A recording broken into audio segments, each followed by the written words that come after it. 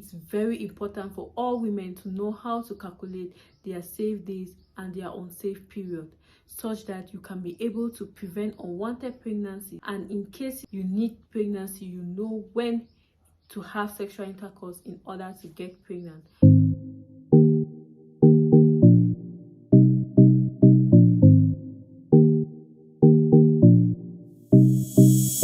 Welcome back to our channel, Talk Pregnancy with Dr. Nuella, where we tell you all about pregnancies and other women-related health issues. So today we're going to tell you how to calculate your safe period and your unsafe period. So with this, you're able to know when to avoid pregnancies, and if you want to get pregnant, when do you have to sleep with your partner in order to get pregnant. This is really situation in couples with long distance relationship where the man has to travel most of the times. So when the man comes and wants to just have his child before going, at the end she does not get pregnant, it will be as if there is something wrong, whereas you have not calculated your days correctly. You have calculated it wrongly. So it is very important we know. First thing is how to know your cycle, how to calculate your cycle. So once you see your menses, if your menses flows today, it is considered as day 1. As you see the next menses, the day before is your cycle. So it is from your flow as day 1 to the day before the next menses, because once you see the next menses is a day 1 of the next cycle. So for example, if you have a 28-day cycle, that means that if you see your menses on day 1 today, so on day 29 you should be seeing the next menses. If you see your menses today on day 1 and you see your next menses on day 30, it means that you have a 29-day cycle. I hope this is clear. So once you see your menses today, you say day 1 of my menses. Then if you see the next menses on day 33, it means you have a 32-day cycle. I hope we are clear. If you see your menses today and you count the number of days and you see your menses on day 25, that means you have a 24-day cycle. So that is 1 day before the next menses. That's the first thing, and we should know that everybody has a different cycle. You need to calculate your own cycle. So if your menses has been regular before, you take the days that it started for the past 3 months and calculate your own cycle. So for the past 3 months, you say it has come within 25 days, the next month it was within 26, the next month it was within 25. So on average you have a 25-day cycle. If you have an irregular cycle, you take the first day of your menses for the past 6 months and you calculate, and you have the average number of your cycle. So once you have known your cycle, this is where the mathematics starts. Please, you have to calculate this. You need to use a calendar. Don't assume. In our phones, we have calendars. We should mark them. There should be no girl or woman who should sit now and say my menses came in June and I don't know the date. No, you should mark your date all the time. I've made a video of the menstrual cycle, so if you want to watch it, you can go back and watch on our video on the menstrual cycle, what happens during the menstrual cycle till you see your bleeding. So it is divided into 2 phases, that's the follicular phase and the luteal phase. So where the difference comes, where people tend to have different cycle, it is at this follicular phase. That's the first phase where we tend to have the variations. But once ovulation has occurred, it takes 14 days for the next menses to occur. What do I mean by that? If you have a 28-day cycle, the first 14 days, that's the egg gets mature. Once ovulation has occurred, it takes 14 days for the next menses. So it takes the next 14 days is stagnant.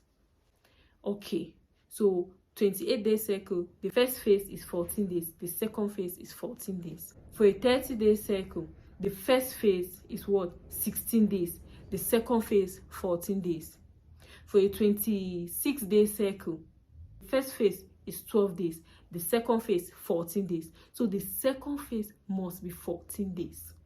So the variation occurs within this first phase. Therefore, in someone who has, for example, a 30-day cycle, how do you know your ovulation day?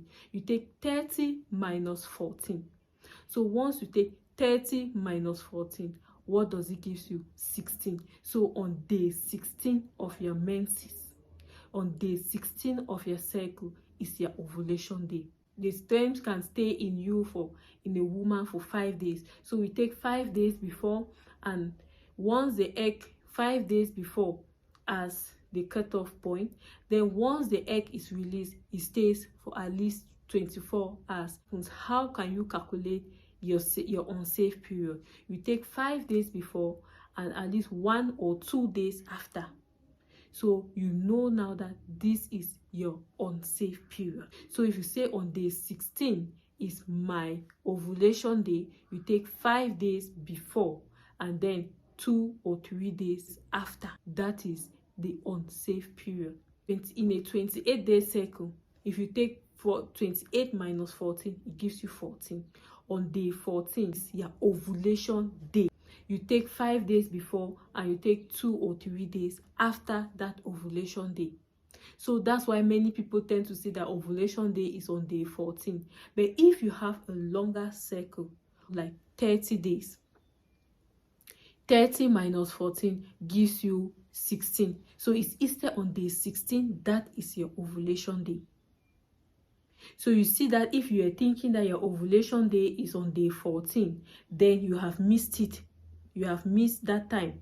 So once you know your cycle, you take your cycle minus day 14, it gives you the day of your ovulation. You take 5 days before, because you know sperm stays in the woman for at least 5 days. Sometimes it can even go to 7 days. So you take 5 days before and 2 or 3 days after the ovulation day. So within this period, this is your unsafe period. So you see that if you want to get pregnant, what happens is you calculate in the 30-day cycle, you say 30 minus 14, you have 16. So you know that 16 is your ovulation day. So from 5 days before, you take now 5 days before. Within that 5 days before, you can have sexual intercourse, but make sure you don't miss this day 16, which is the ovulation day, for you to have sexual intercourse in order for you to get pregnant. So during this period, this is your unsafe period. Then the rest of the periods are safe, then till the next cycle. So you see, if someone has a 21-day cycle, 21 minus 14 is going to give us 7.